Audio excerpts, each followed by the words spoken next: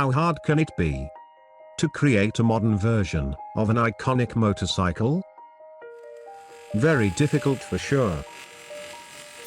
It is always hard to capture the essence of something built 30 or 40 years ago. There are some successful examples, and there are also many failures. But in what concerns to the Ducati Scrambler, considering it has been the brand's best-seller model, it seems they hit the jackpot. What you are going to see today is something no one has ever tried. At least, with a Ducati Scrambler. This is the builder's first project. But judging by what you are seeing, I bet you would never guess it if I hadn't mentioned it. Welcome to Racertv. What a magnificent project. Extremely sober. Very discreet. Different. And still, fully loaded with personality. But what if I ask you, what country do you think this project was built in? I bet many of you are thinking about Germany, Great Britain, or maybe Sweden. The first time I saw it, my first thought was, this has to be an European project. Believe it or not, this machine was entirely made in Thailand. And when I say entirely, I really mean it. Because the Dono motorcycle was also produced on Thailand's Ducati factory. As most of you may know, we are used to see a more classic and traditional approach on most of Thailand's custom builds. But not on this one. And this is another feature that makes this CafeRacer so special. This awesome machine is Ton and O's Crafton Atelier's first project. During the past 5 years, they were always known for creating top-quality leather seats for most Triumph models. Having said that, I think it was only a matter of time to see them creating their own custom projects, instead of only making leather seats for other builders. The project's inspiration came from this model.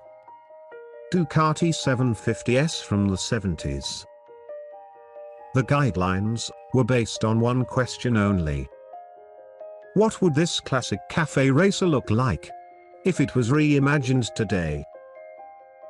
And so the dice were cast, so that this beautiful Ducati was born.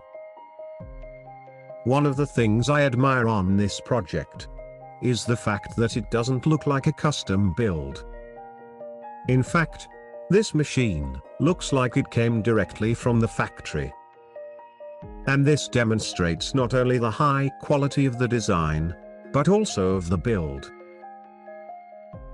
As I said a moment ago, the project has the Ducati 750 Sport as main inspiration. We have to recognize this is a very hard goal to achieve, because the general stance of the Ducati Scrambler is completely different. And to make things even harder, it was built using a Scrambler 62 version, which has the 400cc engine. But even with such hard obstacles, I think Crafton Atelier's team did a great job. Especially with this fuel tank. What a beautiful thing to see. It looks perfect from any angle. I must say, it is extremely rare to see a custom-made fuel tank as good as this one. It was completely handmade from aluminium. Notice how fluid the general lines are. Even the frame's structure seems to have a certain connection with the fuel tank's shape.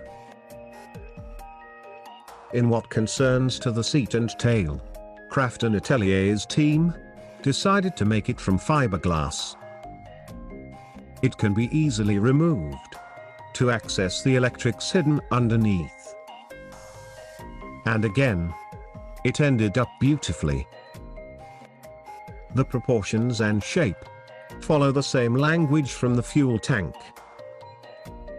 It is very easy to see the design connection between the two elements. And what about this super minimalist rear light? Interestingly, it is also a custom-made item. I know it is hard to believe, because it looks to be factory manufactured. I am not entirely sure, but I suspect it was made on a 3D printer, probably using a transparent filament. But one thing is certain. This is one of the most spectacular rear lights I've seen in a long time. The subframe structure was obviously custom made, but it has a very interesting solution. As you know, the Ducati Scrambler rear monoshock is located on the left side, which means it is always complicated to make this section look clean and symmetric. And here is an excellent solution. Crafton Atelier's team was very clever by choosing this crisscrossed structure format, because it looks great from any angle. So, what about the grey color? I like it because of the sober and clean atmosphere. This way, it doesn't distract the beholder from the beautiful lines. But just like you, I was curious to see it with different colors. And here are my Photoshop alternatives. I also tried it with a dark seat, which I think made things even more interesting. As you see, this Ducati looks great with any color, although it earned a more aggressive personality. But all this is only a matter of personal taste. The beautiful custom-made exhaust was undoubtedly inspired by the one from the 750 Sport. And for a 400cc engine, it sounds really good.